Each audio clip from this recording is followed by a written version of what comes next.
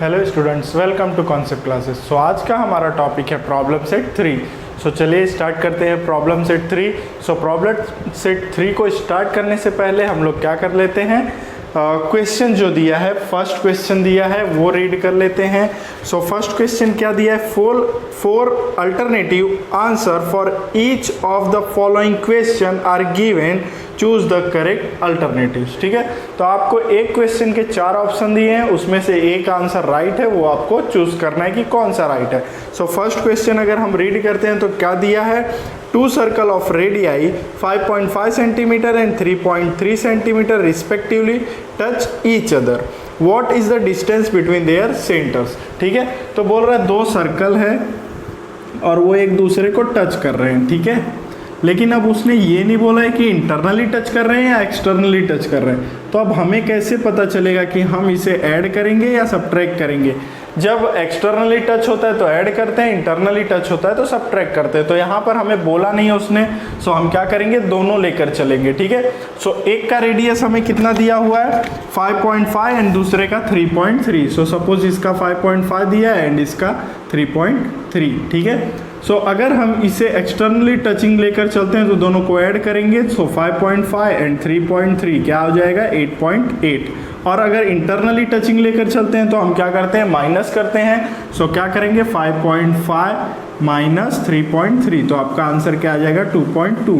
सो आपका आंसर ये भी होगा और ये भी होगा, क्योंकि हमें पता नहीं है इंटरनली टचिंग कौन सा है और एक्सटर्नली टचिंग कौन सा है। तो इट मीन्स आपका ऑप्शन होगा ऑप्शन डी। ठीक है, चलिए अब देखते हैं नेक्स्ट क्वेश्चन। सो इसे मैं रफ कर देता हूँ। देन नेक्स्ट क्वेश्चन अभी रीड कर लेते हैं हम, क्या दिया हुआ है next question, 2 circle intersect each other such that each circle passes through the centre of the other. If the distance between their centre is 12, what is the radius of each circle. So बोल क्या रहा है कि आपको 2 circle दिया हुआ है, एक ये और एक ये। सपोज कीजिए इसका सेंटर ये है और इसका सेंटर ये है। तो बोल क्या रहा है कि ये जो सर्कल है इसके सेंटर से पास होता है और ये जो सर्कल है इसके सेंटर से पास होता है। देखिए कैसे, अब इसे हम रफ करेंगे और वो जो बोल रहा है उस तरह से बनाएंगे। ठीक है, तो सपोज एक सर्कल है जो इस तरह से पास हो रहा है, तो इसका ये वाला जो सर्कल है इसका सेंटर यहाँ पे है और ये वाला सर्कल इसका सेंटर यहाँ पे है। तो वो बोल रहा है कि इस तरह से ये एक दूसरे को इंटरसेक्ट करते हैं और दोनों के सेंटर के बीच का डिस्टेंस कितना है 12 है। ठीक है, तो बोल रहा है कि दोनों का रेडियस कितना होगा। तो अगर आप सिर्फ ये वाले सर्कल को देखते हैं तो ये इसका सेंटर है, ये इस सर्कल का सरफेस है, तो सेंटर से सरफेस तक का जो डिस्टेंस होता है वही रेडियस होता है। और ये वाले सर्कल को देखेंगे तो इसमें भी ये इसका सेंटर है और ये इस सर्कल का सरफेस है, तो ये क्या हो जाएगा, उसका रेडियस हो जाएगा। हमें पूछा क्या है, what is the radius of each circle, तो ये हमें दिया हुआ है, कितना दिया हुआ है 12। It means radius of each circle कितना हो जाएगा 12। सो आपका ऑप्शन नंबर बी सही होगा। ठीक है, चलिए अब देखते हैं क्वेश्चन नंबर 3। सो अब देख लेते हैं third question. So third question क्या दिया है, रीड कर लेते हैं। A circle touch all sides of a parallelogram, so the parallelogram must be a dash. तो बोल रहा है कि एक सर्कल है जो पैरेललोग्राम की सभी साइड को क्या करता है, टच करता है। तो बताइए कि वो जो टच कर रहा है वो क्या होगा। एक्चुअली पैरेललोग्राम जब हम लेंगे तो उसको कोई भी ऐसा सर्कल नहीं बनेगा जो उसकी चारों साइड को टच करे। देखिए पैरेललोग्राम ऐसा होता है, इस तरह से पैरेललोग्राम होता है। ठीक है, अगर हम इसके ऊपर सर्कल बनाएंगे तो वो कुछ इस तरह से बनेगा। ठीक है, सो ये तो सर्कल नहीं है। ठीक है, सो अब सर्कल बनाने के लिए हमें क्या करना पड़ेगा, ये जो हमारा फिगर है पैरेललोग्राम उसको इस तरह से बनाना पड़ेगा कि वो सर्कल बन जाए। तो अगर हम इसको थोड़ा इधर खसकाएंगे, ठीक है, सो इस तरह से कुछ बनाएंगे,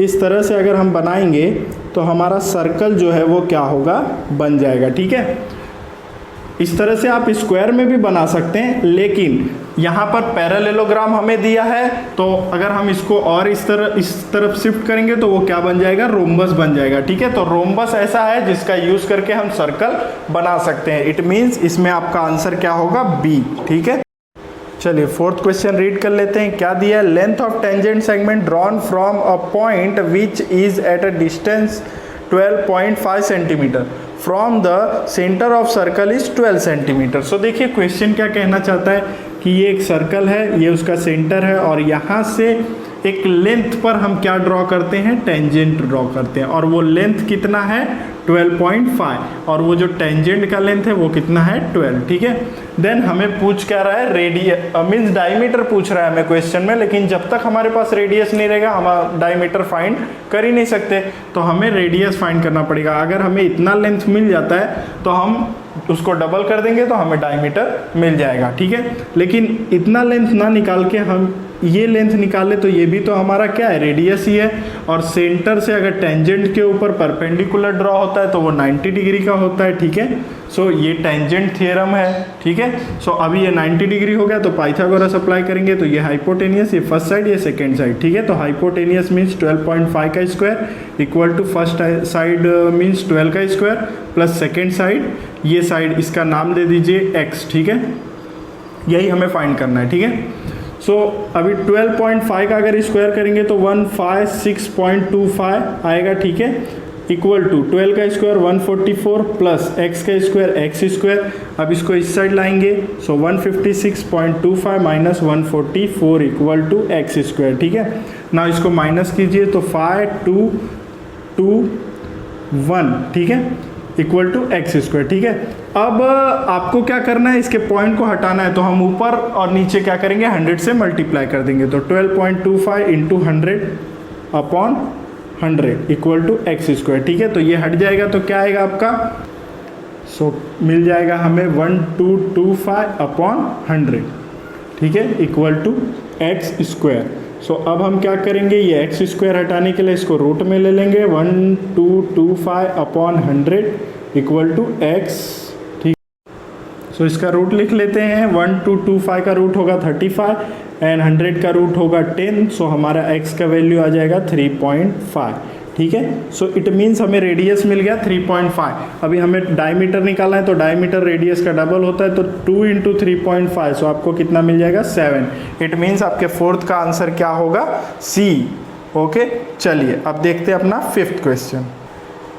चलिए अब फिफ्थ क्वेश्चन रीड कर लेते हैं, क्या दिया हुआ है, if two circle are touch externally how many common tangent of them can be drawn. ठीक है, सो बोल रहा है दो सर्कल है और वो एक्सटर्नली एक दूसरे को टच कर रहे हैं, तो बताइए कितने टेंजेंट को हम ड्रॉ कर सकते हैं। सो अगर आप इमेजिन करेंगे तो भी आपको पता चल जाएगा कि आप कितने टेंजेंट को ड्रॉ कर सकते हैं। सपोज ये एक सर्कल है और दूसरा एक सर्कल है। ठीक है, इस तरह से। ठीक है, सो सबसे पहला टेंजेंट तो यहाँ पे ड्रॉ होगा जो एक दूसरे को क्या करेगा, इस तरह से टच करके जाएगा। ठीक है, और यहाँ पर एक होगा एंड देन थर्ड वाला कहाँ पर होगा, यहाँ पर होगा, जो एक दूसरे को टच करके जाएगा। इट मीन्स अगर दो सर्कल एक्सटर्नली टच है और कहीं तो टेंजेंट हम ड्रॉ नहीं कर सकते, तो इट मीन्स अगर दो सर्कल एक्सटर्नली टच है तो हम टोटल कितने टेंजेंट ड्रॉ कर सकते हैं, 3। तो इसमें होगा आपका ऑप्शन नंबर सी। चलिए अब क्वेश्चन नंबर 6 देखते हैं। तो क्वेश्चन नंबर 6 क्या है, इसको रफ कर देते हैं एंड रीड करते हैं अपना question number 6। So question number 6 में क्या दिया, length angle ACB is inscribed in arc ACB of a circle with centre O। सो आपके पास एक सर्कल है जिसका सेंटर O है और एक इंस्क्राइब्ड एंगल है। ठीक है, सो ये इंस्क्राइब्ड एंगल हो गया और इसका नाम क्या है, ACB। ठीक है, इट मीन्स आपका ACB ये वाला जो आर्क है ये क्या है, इंस्क्राइब्ड आर्क है, एंड ये वाला इंस्क्राइब्ड एंगल है, एंड ये वाला जो है वो क्या है, इंटरसेप्टेड आर्क है। ठीक है, सो हमें क्या फाइंड करना है, मेजर आर्क ACB। आपको ACB फाइंड करना है। ठीक है, मेजर आर्क ACB। तो हमने एक एक थियरम किया था, इंस्क्राइब्ड एंगल थियरम। तो उसमें क्या होता था कि ये जो एंगल होता था वो अपने इंटरसेप्टेड आर्क का हाफ होता था। तो इट मीन्स अगर हमें ये आर्क मिल गया तो हम 360 में से ये आर्क को माइनस कर देंगे तो हमें ACB मेजर आर्क मिल जाएगा। ठीक है, तो अगर ये 65 है तो ये इसका डबल होगा, तो 65 इंटू 2 करेंगे, सो कितना मिल जाएगा हमें, 5 2 ज़ा 10, 6 2 ज़ा 12, 130 मिल जाएगा। सो ये मेजर आर्क कितना हो गया, 130। सो हम क्या करेंगे, 360 माइनस 130 कर देंगे, सो हमें क्या मिलेगा, 0 3 and 2। सो इट मीन्स आपका final answer means major arc A C B क्या आएगा 230, ऑप्शन नंबर डी। चलिए अब देख लेते हैं क्वेश्चन नंबर 7। तो क्या दिया हुआ है, chord A B and C D of a circle intersect inside the circle at point E. So दो कॉर्ड है वो क्या कर रहे हैं, सर्कल को अंदर इंटरसेक्ट कर रहे हैं, कौन से पॉइंट पे, पॉइंट ई पर। ठीक है, सो हम डायग्राम ड्रॉ कर लेते हैं।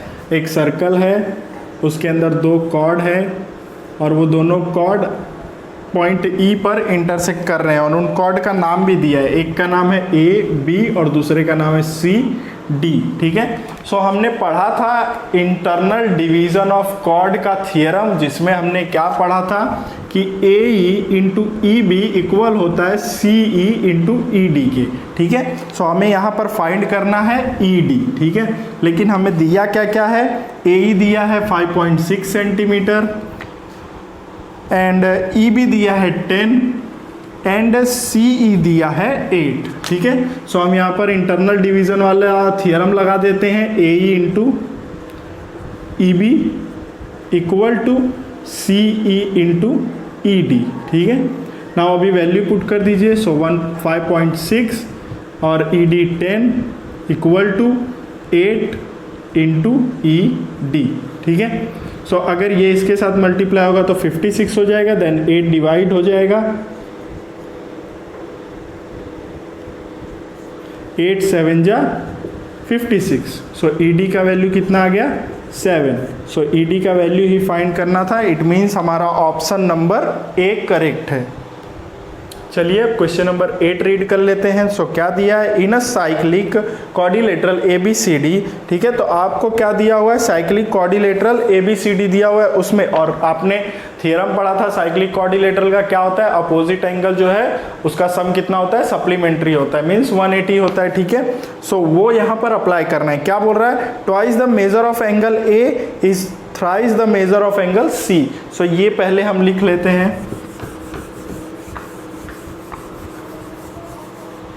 twice the measure angle A, twice the measure angle A is thrice the measure angle C।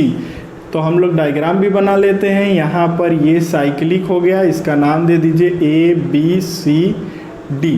ठीक है, देन अभी A और C क्या है, A और C अपोजिट है, मीन्स इसका सम क्या होगा 180। ठीक है, सप्लीमेंट्री होगा। सो हमें क्या करना है, C का वैल्यू फाइंड करने बोला है हमारे क्वेश्चन में। ठीक है, अगर आप क्वेश्चन रीड करेंगे तो आपको लास्ट में लिखा है find the measure of angle C। तो हमें C फाइंड करना है, तो हम A को रखते हैं इधर ही और ये 2 को नीचे भेज देते हैं, तो 3/2 एंगल C। ठीक है, सो अभी इसे और इसे ऐड करके क्या दिखा देते हैं, 180 के equal. So angle A plus angle C equal to 180।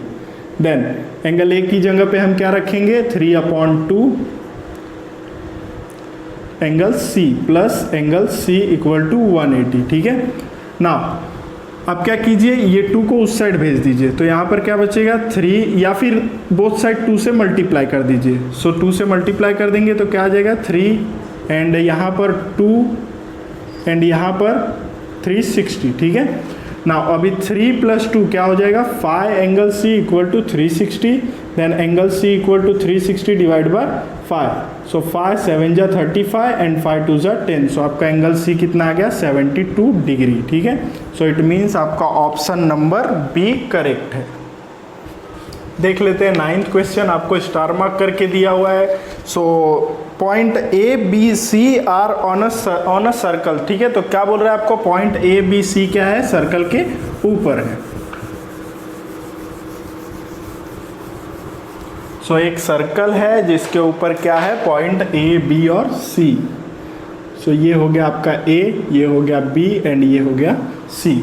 ठीक है, देन क्या बोल रहा है, major arc A B and B C is 120।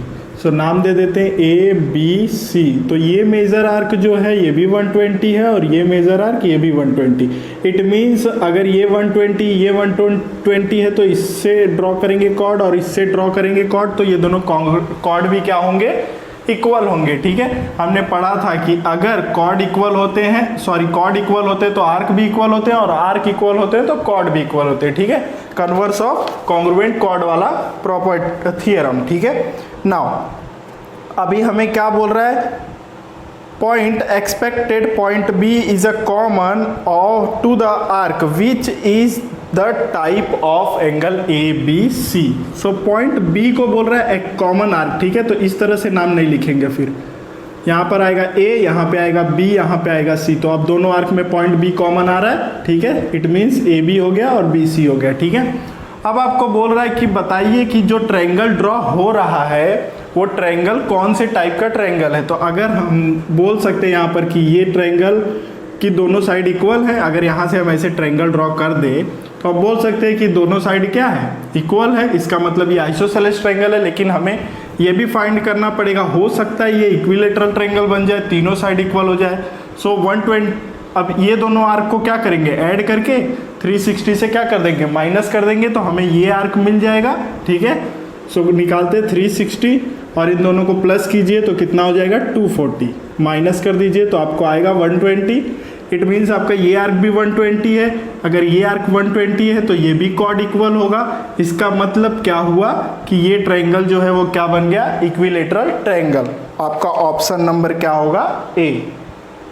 सो चलिए अब देख लेते हैं अपना last question, question number first का। तो क्या दिया हुआ है, रीड कर लेते हैं। Segment X Z is a diameter of a circle. So सबसे पहले सर्कल ड्रॉ करेंगे हम। एक सर्कल दिया हुआ है, उसका डायमीटर दिया है आपको एक्स जेड, ठीक है। देन क्या बोल रहा है आपको, point Y lies in its interior. तो एक चीज आपको ध्यान रखना है, अगर यहाँ से हम कोई कॉर्ड ड्रॉ कर रहे हैं, ठीक है।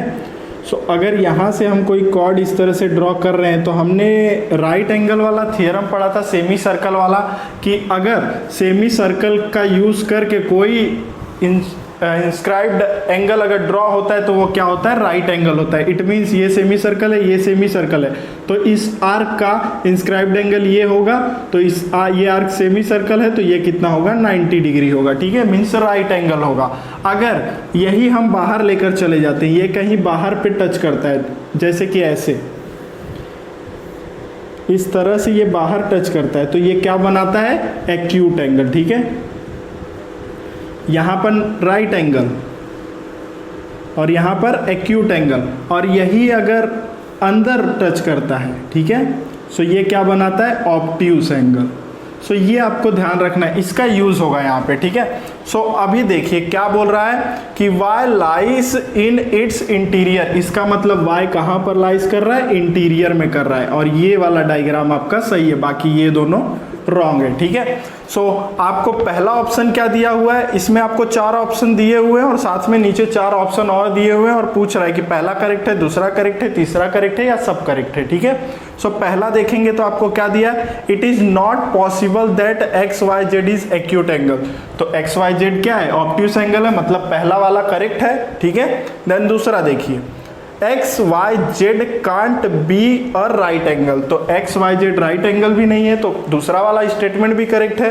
तीसरा वाला देखिए, X Y Z is an obtuse angle, तो ये सही है, एक्स वाई जेड क्या है, ऑब्ट्यूस एंगल है, मतलब तीसरा वाला भी करेक्ट है। देन चौथा वाला देखिए, can't make a definition statement for measure of angle X Y Z, तो ये करेक्ट नहीं है। इट मीन्स आपका ऑप्शन नंबर सी करेक्ट होगा, ओनली 3। सो इस तरह से हमारा क्वेश्चन नंबर फर्स्ट सो यहाँ पे हमारे फर्स्ट क्वेश्चन के सारे क्वेश्चन कंप्लीट हो गए। अगर आपको वीडियो पसंद आया तो वीडियो को लाइक कीजिए, शेयर कीजिए, सब्सक्राइब कीजिए, और बाकी का जो हमारा नेक्स्ट क्वेश्चन है वो हम नेक्स्ट वीडियो में देखेंगे। Thanks for watching.